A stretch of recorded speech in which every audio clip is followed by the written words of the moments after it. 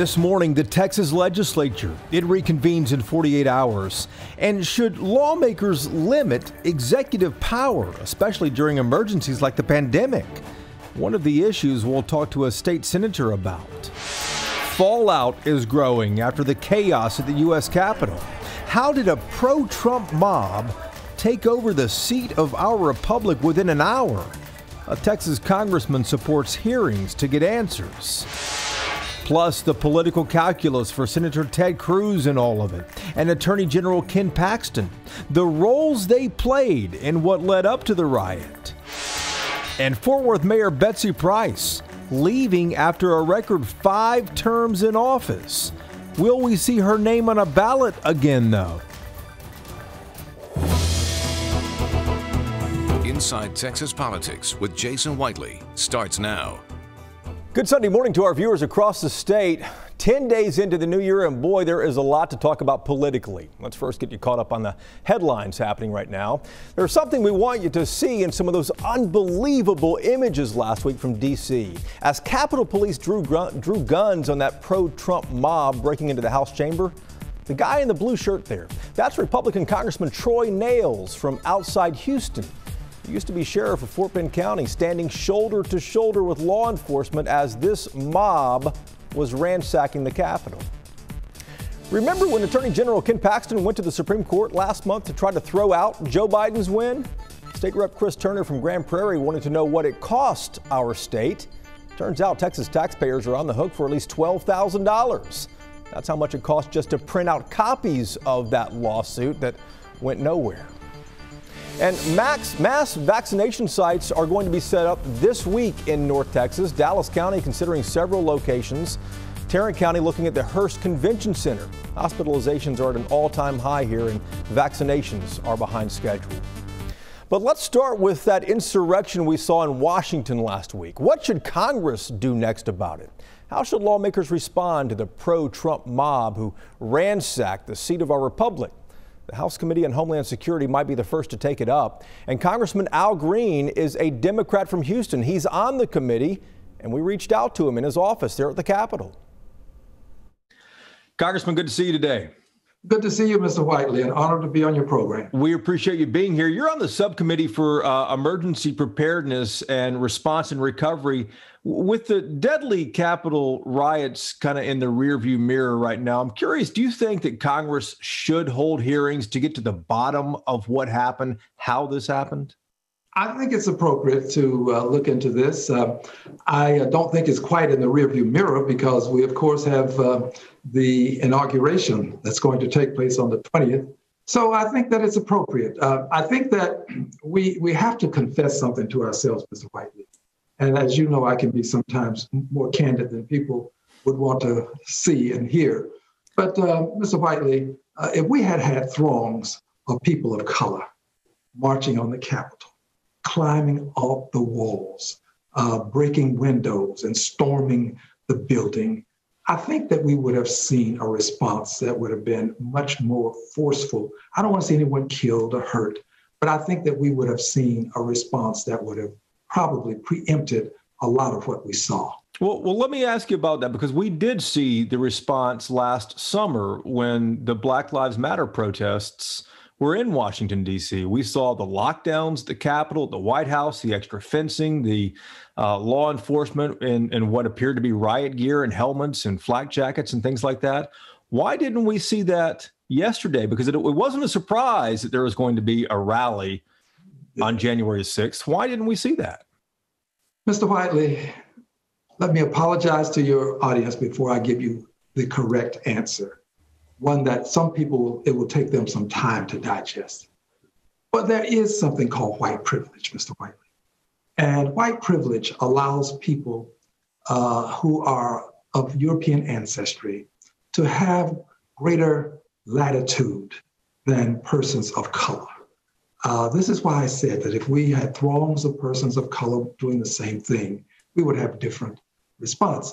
And let me just give you more examples of what white privilege really means. It means that when a police officer stops you, not you personally, sir, but a person of a different hue from me, you can talk to that officer in ways that I cannot. Even as a member of Congress, I cannot, because that officer will have a different response. Who do you hold responsible in law enforcement for this? Was it the city, the District of Columbia, the city of Washington, D.C., or is it Capitol Police, or both? Well, I hold the Chief Executive Officer of the United States of America responsible. I believe that the president is the source of what we saw in this sense.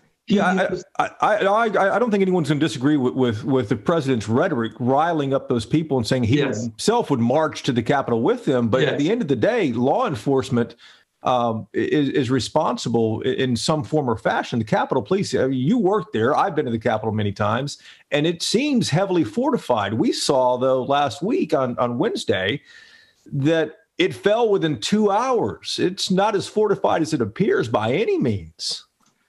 Well, it's not as fortified as it appears by any means when you see throngs of people of European ancestry marching on the Capitol. If you see throngs of people who are of color marching on the Capitol, you get a different response. Congressman, we'll have a new president and vice president in a week and a half here or so. Democrats will also have majorities in the House and the Senate. What type of legislation do you expect the Biden administration to pursue, considering the president will likely be able to get it through both chambers pretty easily? Well, here's what I'd like to see. A piece of legislation that will engender collegiality. I'd like to see a transportation infrastructure bill. When we've done these bills in the past, everybody had something in their districts that could benefit from what we would do. The jobs remained in the United States of America. The money is cheap now. We can do this and we can build relationships with each other. We don't have relationships. We all go home at the end of a voting period. When we're here, we go off into our separate corners. We need to do things to engender collegiality. And the money will turn over in this economy and help us to get out of the deficit that we're in. It won't get us totally out, but it will help us. Yeah, it would certainly help. And I think a transportation bill is something that both Republicans and Democrats would likely support. Congressman Green, good to see you again. We appreciate the time. Happy New Year to you. Same to you, and God bless you, dear brother. Be safe. Of course, the other big political story is in Austin at the state capitol. Lawmakers return on Tuesday, and this session is going to look different. It's going to feel different with fewer entrances open there at the Capitol. And lawmakers are going to get a COVID test before actually going onto the House and Senate floors. So what actually is going to get done? Ross Ramsey is with us from Austin, the co-founder and executive editor of the Texas Tribune. Ross, good morning to you. Good morning, Jason. How are you? Doing well here. You know, there is an announcement tomorrow by the state comptroller, Glenn Hager, and he will lay out how much the legislature is going to spend. How do you expect that to go, and how will it be received? Well, the numbers come in two parts. There's the current budget. He has said we've got a multi-billion-dollar deficit in the current budget. They got to patch that. And he'll have a prediction for how much money he thinks the state will bring in for the next 2 years. So that's the next budget they'll write. That's going to be really the centerpiece of the session. That determines how all the programs and services run. And from his number, a lot of things are going to flow. And Ross, hard to believe, but we're closing in on 1 year that we've been dealing with this pandemic now. Texas is doing better with the vaccine than other states, but still a lot of work left to be done. Texas has used more of, or a higher percentage of the vaccines that it's received than other states, so that part's going okay. It still hasn't used even half of the vaccines it has, though, and that's because it's got a distribution problem. It's not getting this out to enough people. They've opened the rolls to a huge number of people, around 10 million Texans. They've got about 1.4 million doses of this thing. You can see the supply-demand problem. Yeah, indeed, a long way to go. Ross, back to you in a moment. Thank you. Did Governor Abbott and county judges go too far in the shutdowns last year? Texas lawmakers are considering whether to address it. When we come back, we'll talk to a state senator about the options. And Fort Worth Mayor Betsy Price will not run for re-election, but will she endorse anyone or put her name on a ballot again? Questions we will ask her. You're watching Inside Texas Politics.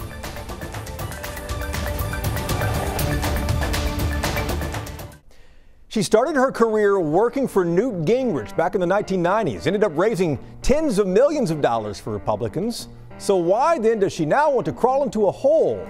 Well, she had a lot to say about it. And can the 25th Amendment bring down the 45th president? We released those podcasts just a few days ago. If your phone is handy, open its camera, aim it there at the QR code on your screen.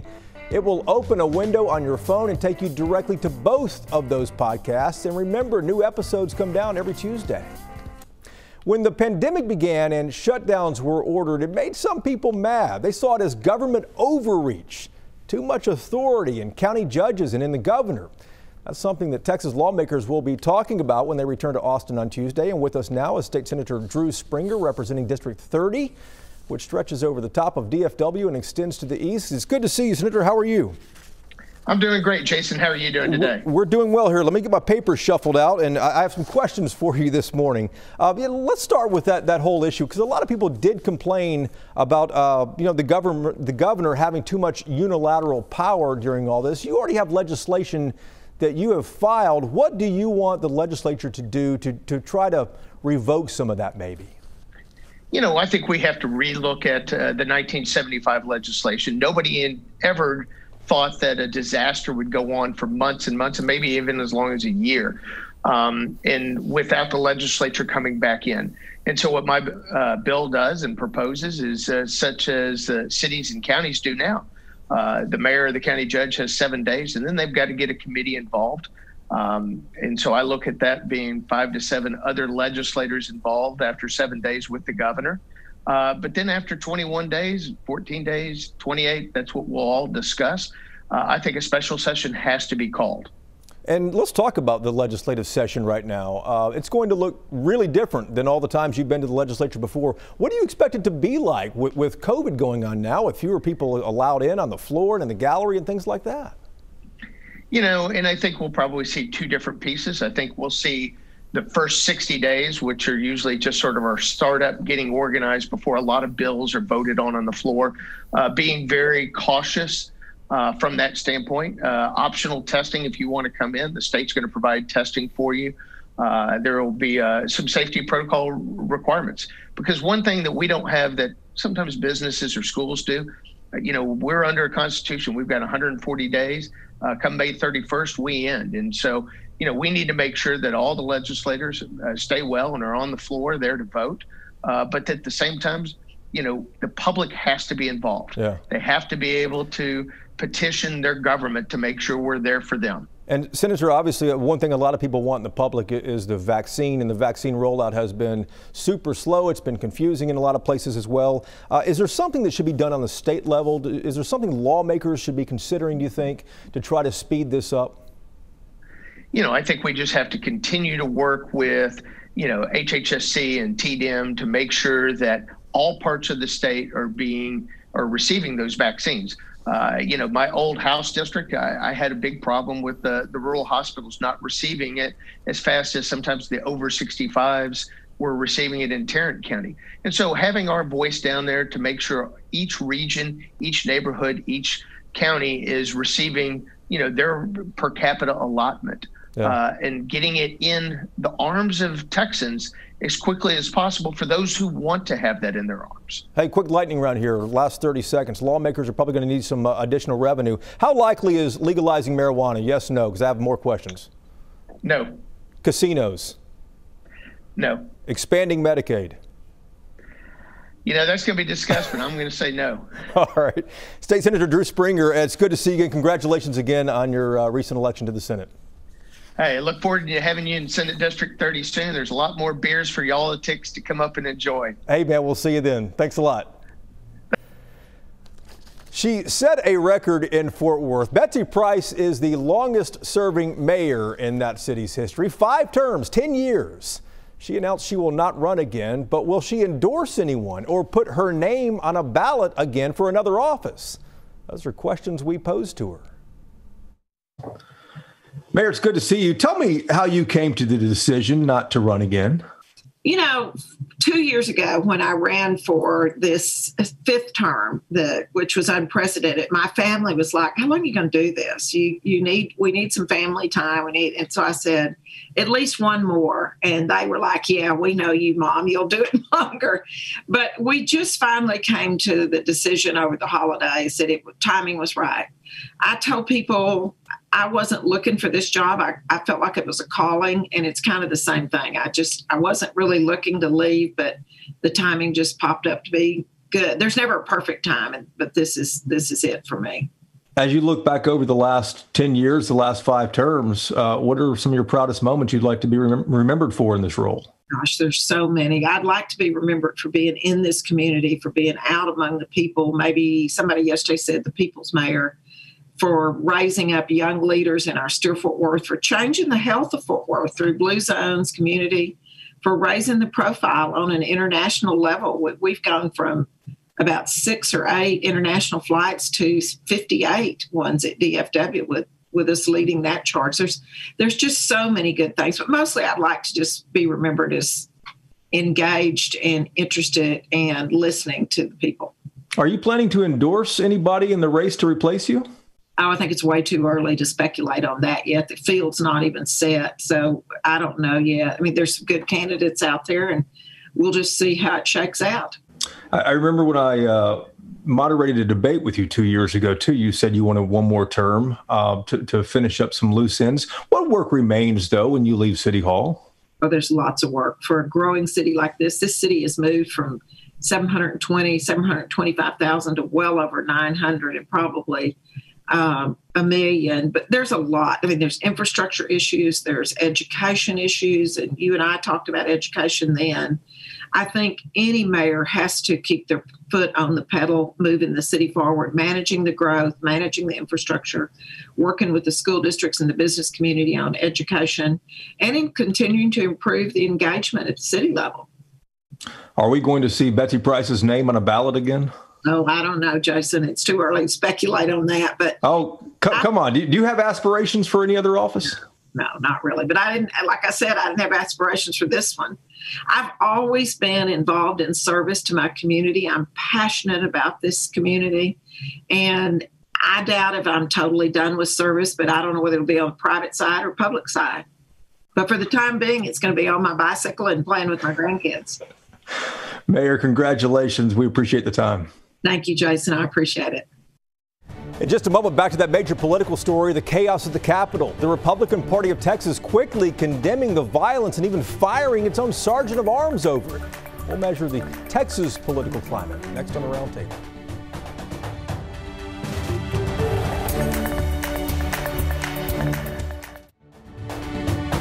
This is Inside Texas Politics with Jason Whiteley. Time now for Reporters Roundtable to put the headlines in perspective. Ross Ramsey is back with us from the Texas Tribune. Bud Kennedy is here from the Fort Worth Star-Telegram. And of course, Bernadine Steptoe, the political producer at WFAA in Dallas, with us as well. Ross, will start with you. In the chaos at the Capitol we saw, Ken Paxton, the Attorney General, and Ted Cruz, state senator here from the junior senator, they both had some kind of major roles leading up to this. Right. Ted Cruz was the initial objector to the Electoral College votes from Arizona that preceded the riot. Paxton, meanwhile, was with Trump at the rally that preceded it, and from which the protesters marched to the Capitol and then besieged the Capitol. So both of them are right in the middle of this thing and explaining or trying to explain why they abhor violence when they seemed to incite it. So, Bud, my question is has anything changed? Is there any lasting political damage for either Paxton or Cruz? I don't think so at all. I mean, for Paxton, this kind of put him on the map a little bit.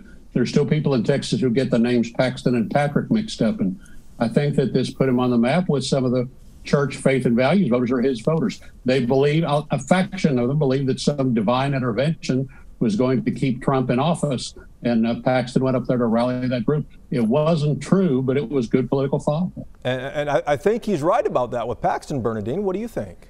Well, outside of that base, I think that this episode did put Paxton on the map, but not in a good light if you get outside of that base, because it also reminds people of the legal problems that he has. And if you look at how he's trying to address this issue now, he understands that there is a backlash there that could carry him on. But I think that what he needs to do, if he was actually trying to get Trump to look at him for a pardon, he needs to hurry up because the time is running out. Yeah. But I don't think outside of that immediate base, it does Paxton any good. And indeed, the clock is ticking. Ross, let me ask you about the Republican Party of Texas. It quickly condemned the violence and it fired its sergeant of arms over it. What was that about? Well, you know, he took the side of the protesters and the party went the other way, as a lot of others have gone in the wake of the siege on the Capitol.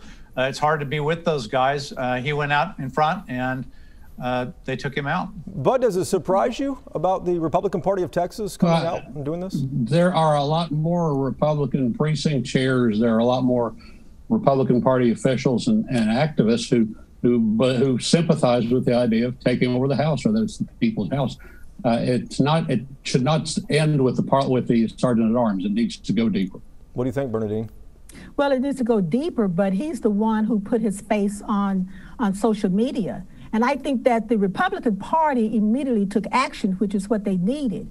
But you still have, as what has been said, that there is a faction who actually support what he does. They were just not on media. On social media. Right. And Ross, this all kind of is overshadowing the Texas legislative session, which begins on Tuesday. Does any of this affect the Texas political climate at all? Yeah, it's put its top spin on all of the politics nationally and on down. And there's going to be a period here where we're talking about what's going on in Texas through the lens of what's been going on in Washington and trying to figure out whether they're the same thing. How that'll sort out, probably take a month or so. We'll know in February or March. Bud, final word. Jason, the gun rights activists already say they're going to bring something like this to Austin. Bernadine, any quick thoughts? 10 seconds left. We'll see. You know, it's a long time before a couple of months. Indeed so. Thanks, guys. We appreciate it. We appreciate you watching as well. We'll be back again next Sunday after the legislature begins. Hope to see you here.